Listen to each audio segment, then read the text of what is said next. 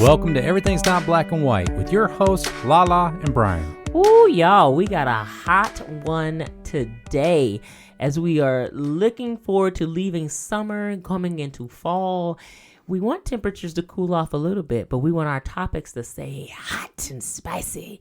And that's what we have today. Today we have a very dear friend of mine who is now a newly about to be published author, putting their life into the world, honey. A memoir above all memoirs. It is called When His Mistress is His Mother. Yes, ma'am. Ooh, honey, I know y'all intrigued. Now they be like, what's going on, Lon Brian? What is happening? Honey, we about to get into it, got to get into it. If you are intrigued like I am to have this story, please welcome Chanel Hughley to the EMBW podcast. Hello, Chanel. Hello, loves. Hello. This is going to be such a treat. First of all, I wish y'all could actually see in the studio right now. You want to talk about melanin popping right now? I mean, gorgeous, beautiful locks. I mean, these eyes, honey, this smile. And not just me, honey. I mean, we got a guest. I'm just saying. But I'm saying we have the studio that y'all want to be in today. For real, for real. Thank you, sis. You know I appreciate you. I appreciate you. And thank you, Brother Brian. Yeah, well, being unmelanated, I don't quite have the same appeal, but hey, I'm here. It's okay. That heart, though. There you go. That heart is golden. Although I did do Ancestry. I do have 2%. He is 2% West Nigerian. Thank Yeah, you. he So, is I very do have a excited little about bit. it. He's For the very culture. excited about it. Yeah. Yes. For the culture. Fist high up in the air, for sure. So, I mean, first of all, let's just get into it, right? You wrote this very beautiful, very personal memoir. And I say beautiful because of the authenticity. Thank you. Right, in which you've written it. Let's talk about it a little bit. So you hear the title, and it's conjuring up all kind of things in your head. Tell me what this book is really about. Well, I often tell people it's an unlikely love triangle. It's a love triangle of the most unlikely kind, because a lot of times when we think about a mistress, we think about the other woman being some other hot, young, unrelated family member. And unfortunately, it was mom's. And so the challenge becomes, how do we navigate an affair? Because there's somebody else in the relationship, in the marriage, who has veto power and executive rights. And it's not me. Wow. And so I was in a 3-way partnership and probably had the least amount of influence, even though I was paying all the bills, having the babies, making things work, cleaning the house, et cetera, et cetera.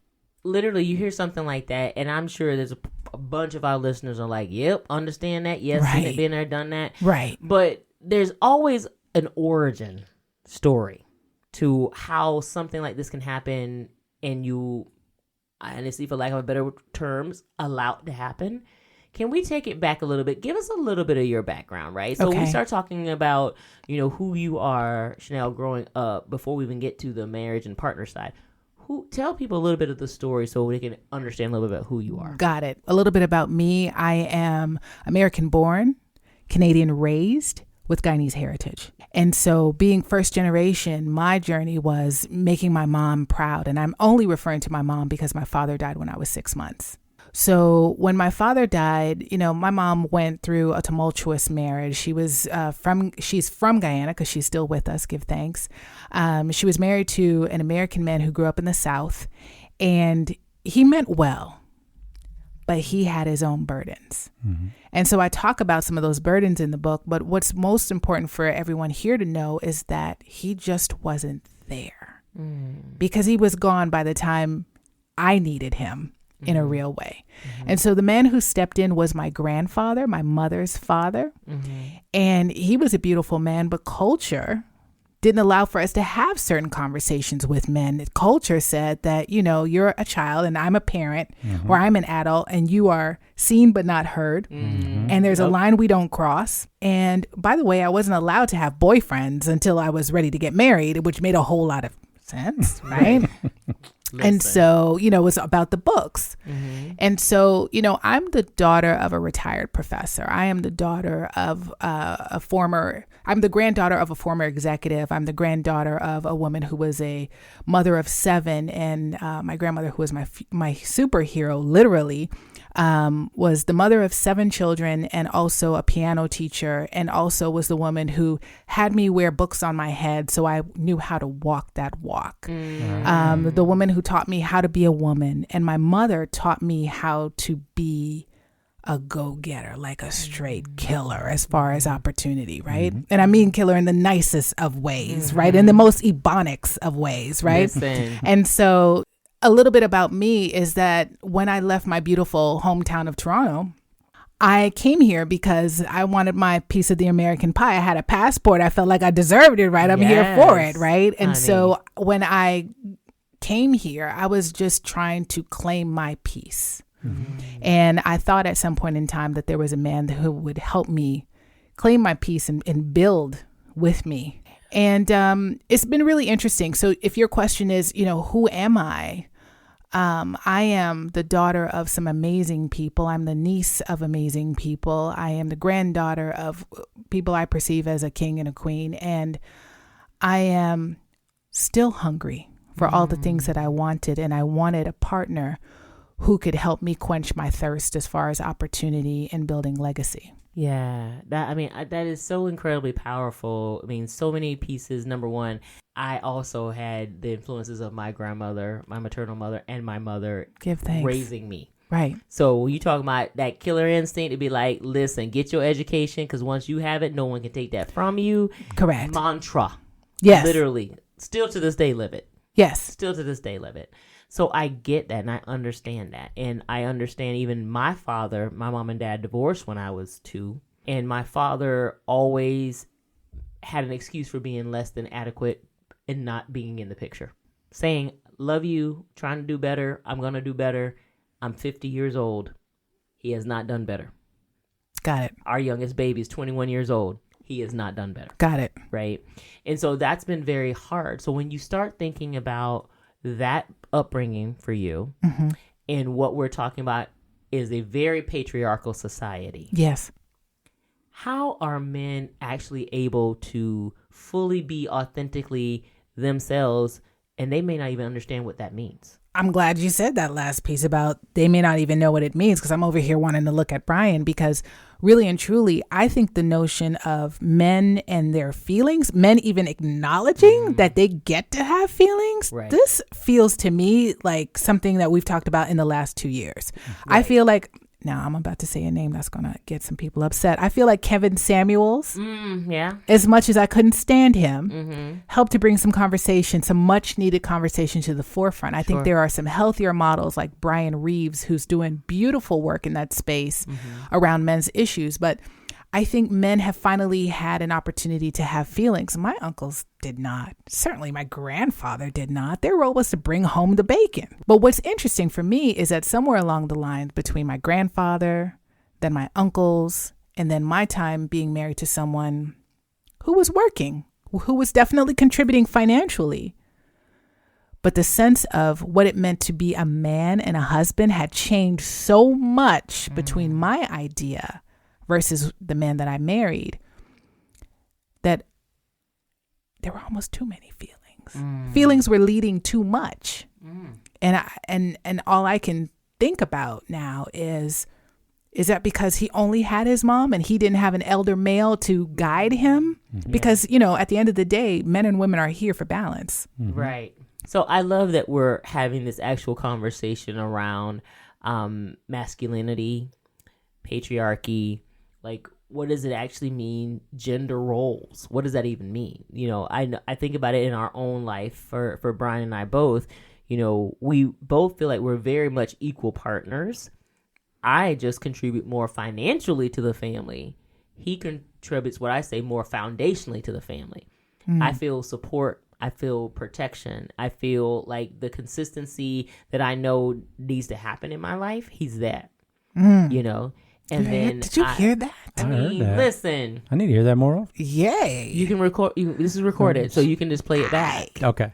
That's what happens. That's why I say stuff on the air so you can just record it and Awesome. play it back.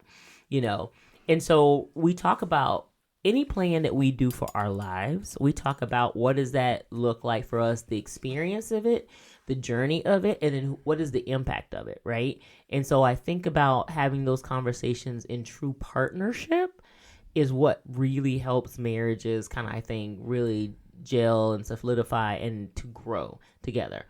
What do you think was missing in your marriage? Did you feel like you truly had a partnership? Talk about that for a bit. First, I feel like I need to take a deep breath, and I'm nodding. People who are listening to this can't see me nodding left and right, east and west. I'm like, hell no, I didn't have a partnership. I mean, I think he meant well. I think he thought he could do it. So I want to give him credit for that. Do I think he loved me? Yes. But what I have realized in marriage, I don't think love is enough. I feel like love is a feeling expressed in any number of ways. But if your partner doesn't receive it, doesn't place value on it, we just heard La say, those foundational things, you provide protection and stability and things that she values. My ex provided laughter, and that has value. Yeah. My ex would provide hugs and comfort, and those things also provide value. However, as a woman, and again, I'm coming from a model that's from the old country. I don't deal with bears and wars and physical threat in the way that people would talk about protection traditionally. The protection I need is usually financial. And it doesn't mean that he has to be like, dare I say, Trump in terms of dollars and making a whole lot of, I know I said I'm going to bleep that out. Please do. But I'm from the 90s. I'm 90s hip hop, and that was a thing back in the day. So, exactly. He the Moet, not the Martinellis. Correct. The Moet and the Alizé. Correct. So, I mean, the threat that we deal with is really in financial units so that we can have choices to rebound from the drain pipe bursting and the thing that broke down and needing a new washing machine, right? And so what happened with my ex was, even though he was working a job and a half, he had spent off that money and doing things that I didn't even know about, because in his mind, he was him and I was me. And I came to realize that we were really legal roommates. We were not married mentally. We were not married spiritually. And again, there was this other woman lurking in the bushes, guiding his decisions, because guess who got the first phone call every morning?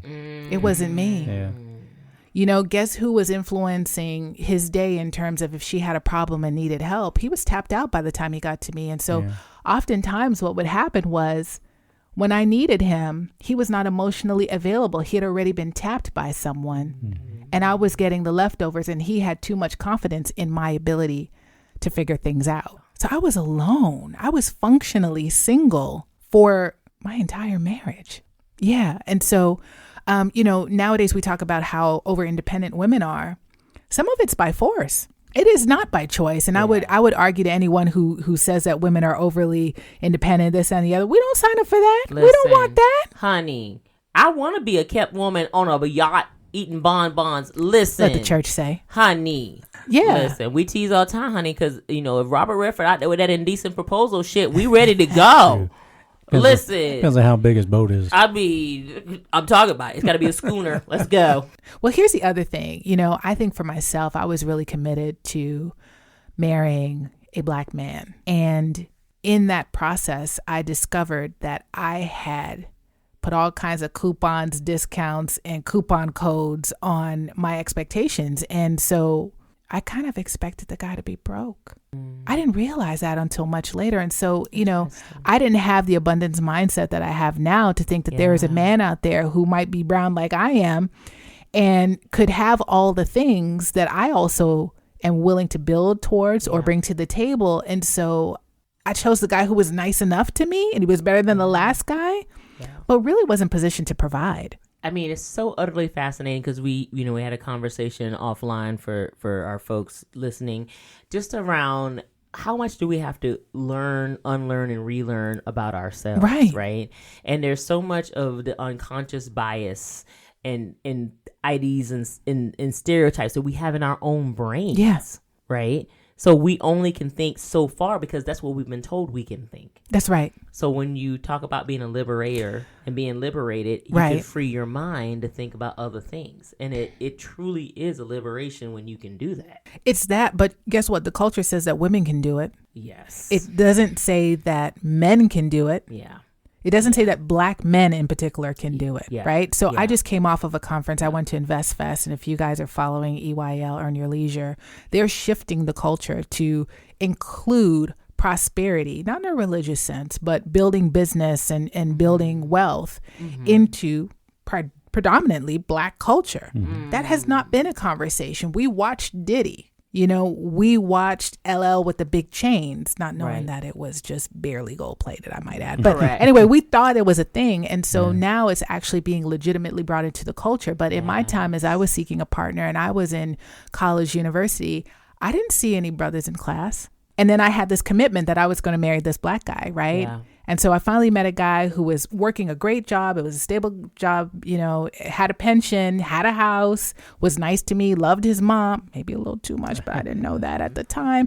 And so I thought he was a great catch. And I didn't realize that there was so much more to it. Yeah. Because I hadn't seen my mom married, and my grandparents weren't of the kind to really talk that talk. Yeah. Right. But they expected marriage because marriage equaled stability, and it was the respectable way to have children. And guess who wanted to have babies? I wanted to have babies because I was sure they would be cute, right? And they are. P.S.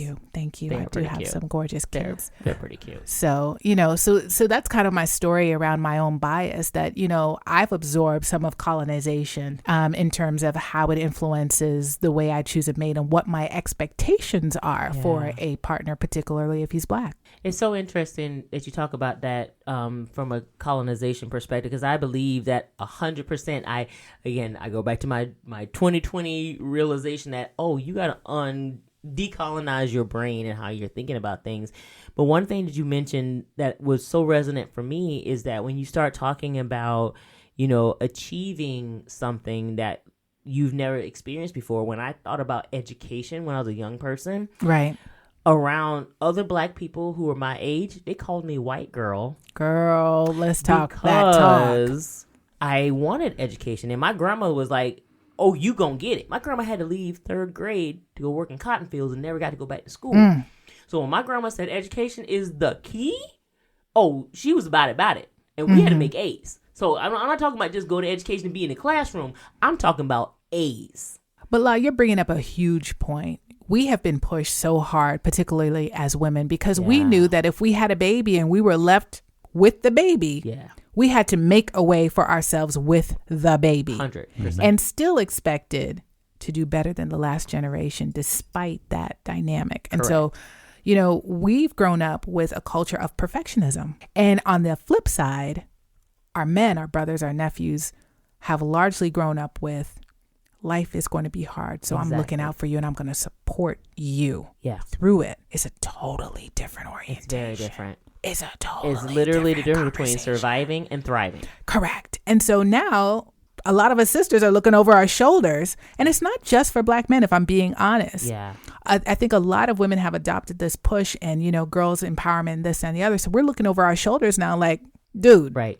where are you? Right. And so it creates this dynamic, and it rubs against a tradition that says the man is the breadwinner, that the man is in charge, he's the leader. Yeah. But in so many cases, we are the leaders as women, and we are exhausted because I can't cook this baby and do all these things all at the same time. Which is, I think, still so utterly fascinating about the relationship then that your ex had with his mom. Because that again was saying this woman is in charge and I have to follow this woman, but not think the same way about his wife. So like, talk to me a little bit with our audience of the setup. Like, y'all are dating. Surely there's red flags in some way, shape, or form, but you chose to or felt like you had to overlook them to be at this point. So catch us up a little bit. Yeah. So When the Mistress is His Mother is really it starts off in the chapter about me, him, and then her. And so here is this woman who grew up in the South. She's from Florida. She's from the Panhandle area. And essentially, I remember her telling me once that the song that was popular at the time that she graduated was Sam's Cooke, Change Gonna Come. What kind of party song is that? Yeah, that's a little bit of a downer. It's not a party What song. kind of party song is that? It's not party. Right? So, that's just to give you some color for the culture of her time and what the struggle must have been like. Yeah. And it also gives us clues about the thinking that would go with it, right? Sure. So, you're talking about an area where the military is the only real option out. There's a ton of poverty. It's rural. She's a Black woman. And she's in a dramatic situation because old girl connects with a guy and he goes off to be with somebody else. And she's married. He's married to her, but she's single and she's with this baby. And so she has to find her way. And she's youngish, right, in her 20s. And so she grows up pouring everything she could possibly pour into someone, into her son. And over that time, in an effort to make him the man that she thinks he should be, he's low-key her partner. He's low-key her man. Because as time goes on, he's outsmarting her. She wants his approval so that they can stay close. And he's helping to make decisions. He's driving at an age when he probably shouldn't be driving to help her out. And it's this weird cross section of things, right? And then, of course, as time goes on, first call in the morning, I'm feeling sad and low. Guess who's coming to her rescue? So he's in this deep habit. And I'm looking at this like, oh, he loves his mom. He has such a good relationship with her. But I expected him to leave and cleave. And the leaving and cleaving wasn't going to happen at that time because guess what? I got married at 32 and he was 40. So if he hadn't left and cleaved by, 20 something, let's just say, I didn't realize at that time that there was no magic switch that was going to guarantee that he was going to do it at all. Yeah. Right? Yeah. And so the question becomes, this is a woman who called me white because I came from a very different perspective. Okay. My family situation, my family dynamic, I'm, second generation executive, blah, blah, blah. It's interesting. And she's like, I represent a lot of things that were unimaginable for her as a Black woman. And in her culture, depravity is Black. Affluence, promise, opportunity is white. Whew, girl, that's a whole podcast by his Right? doggone self. So guess who ends up becoming othered in her family? And I come from a family where closeness is valued and the mother is revered. And I couldn't like her enough to do that. So those were the red flags that I ignored. Name calling, which I've come to understand is a form of abuse. And then also just to feel like an outsider, and also just to see that there weren't boundaries between the two of them. And she had elevated him to such a level of importance that he became more in his mind or even in her mind than he probably should have been. And that's when the role of man becomes so important because you have balance, and that man brings that pecking order to the family dynamic that says, boy, I need you to find your place quick. I'm so enamored with who you are as a person because there's such a strength that you have to not only live the story, but to talk about it so that other people hear. The tagline is a cautionary tale. Correct. Right. So you're saying I went through this pain and struggle so that you don't have to. Right. I mean, that's first of all, a big deal. Thank you. So I completely love and appreciate that so much. And I would ask you, knowing the story that you just lived through with your ex and his mother, how are you a different mother to your two boys? Time will tell the full story. But as of today, I allow my boys to make mistakes. And I also say to them, it's okay to make mistakes. I also tell them things like, what, mom doesn't get it right. I apologize to my children. If I've had a day and I've gone a little too hard in terms of what I've had to say, and I realize I could have said it differently or better, I apologize to my children. But one of the things I encourage them to do is to remember that I'm a woman. And what that means is one day I'm going to find a partner and I'm going to live my life. Not just with a partner, but just like I went kayaking yesterday. That's part of me just being Chanel, right? And so in terms of being Chanel, I have interests that don't include them, and they shouldn't. Yeah. Yeah. Gotta And have so space for sure. Gotta have space. And so I remind them that I need to have fun because it makes me a better mom. Love it. What's been interesting is that men stop me all the time and tell me I'm doing a good job. It's never women. And I always think that when men observe and they feel compelled to speak, that it has to stand out, because usually guys don't get into the mix too much, but men stop me often and say I'm doing a good job. And I think it's because I try to give my boys space to experiment and fail and learn. Yes. Yeah, I think that's the best thing you can do. I think one thing we do with our kids is we do the same thing, let them make mistakes. But I tell them, like, these are the opportunities to learn. If you don't make mistakes, you never learn. And but if you make them again, then you might want to reevaluate, what you're doing. But mistakes are so important to growth for especially young men, to understand that you don't have to be perfect in every way. Well, yeah, I love what you're saying there. And I think experimenting and also it teaches, at least I want to believe, my boys that they have some answers inside, that they have a resource deep within themselves that can figure it out. And for me, I want that to be the source of their confidence. I don't want their confidence to be in me, because one day I'm not going to be here. And they're my legacy. They're my greatest investment. And so as long as they know that I've passed on as much as I can, and then they have the ability to regulate their emotions, they have the ability to think through things, that's what matters. Yeah. Not that they obey me, but the fact that they can think for themselves and feel and process for themselves. Yeah, I think that's a cool thing about being where me and La are with both grown kids now. We're kind of seeing the fruit of our labor now. Yeah, like, for sure. We're more of guiding lights than, telling you exactly what you need to do. That's right. And it's so cool to kind of see like our conversations unfold in front of us with their behaviors now. So I'm excited, like with the path you're taking now, you're going to be in that same place to see how well of a job you have done.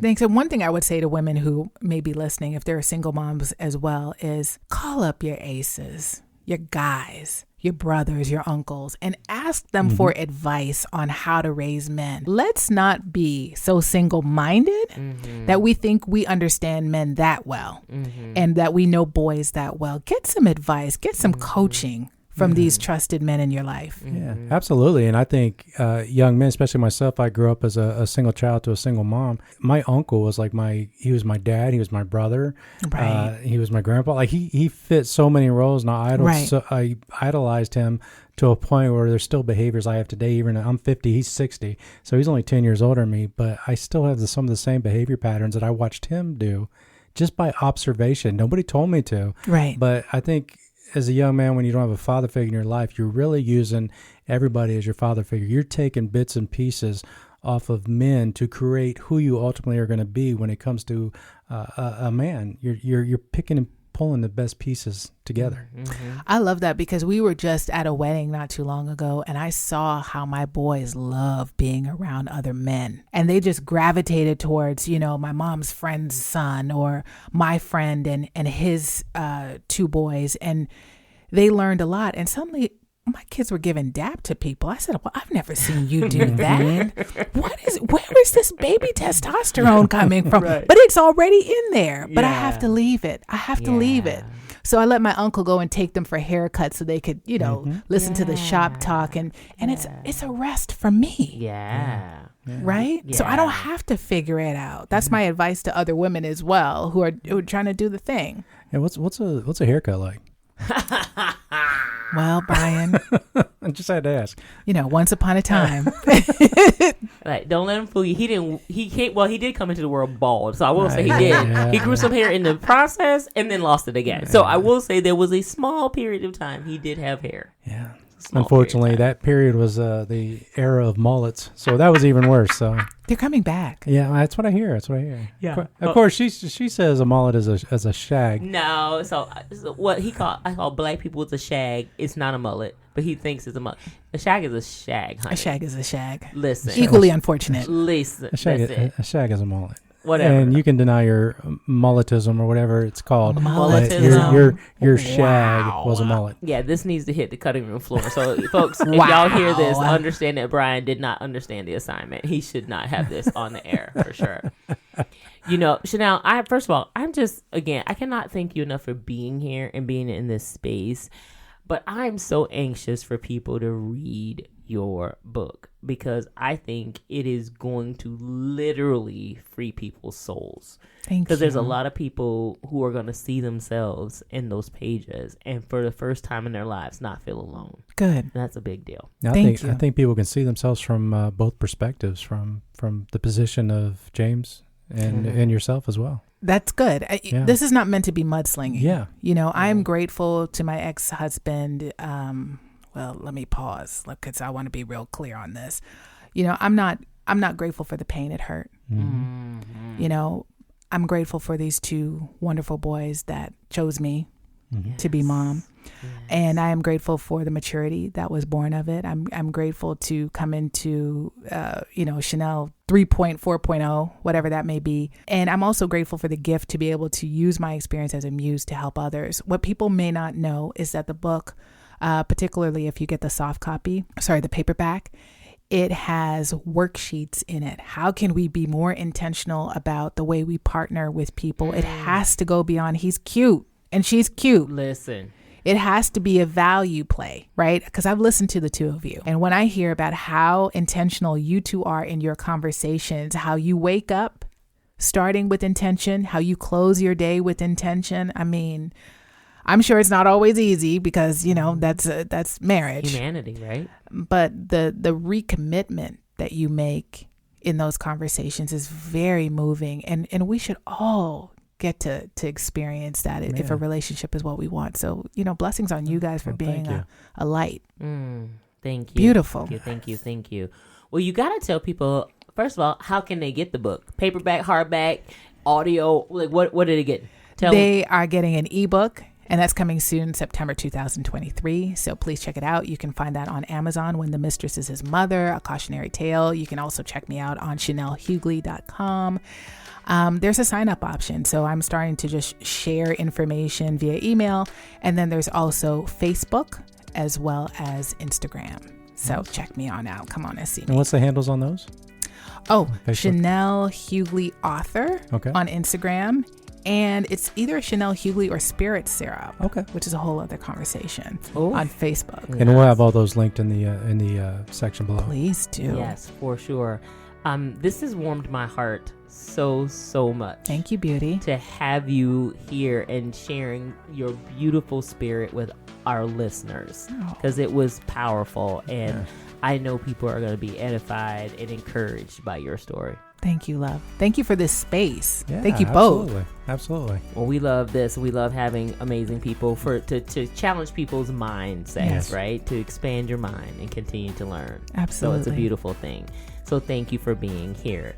Brian, how can people get in touch with us if they want to learn more about our podcast? That's a great question. They can follow us on Facebook at Everything's Not Black and White, or if you want to send us a comment or a guest idea, you can email us at embwpodcast@gmail.com. Thank you very much, and we appreciate all of you. We appreciate our beautiful friend Chanel, and make sure you like, subscribe, and share, and we will see y'all next time. Bye. Bye.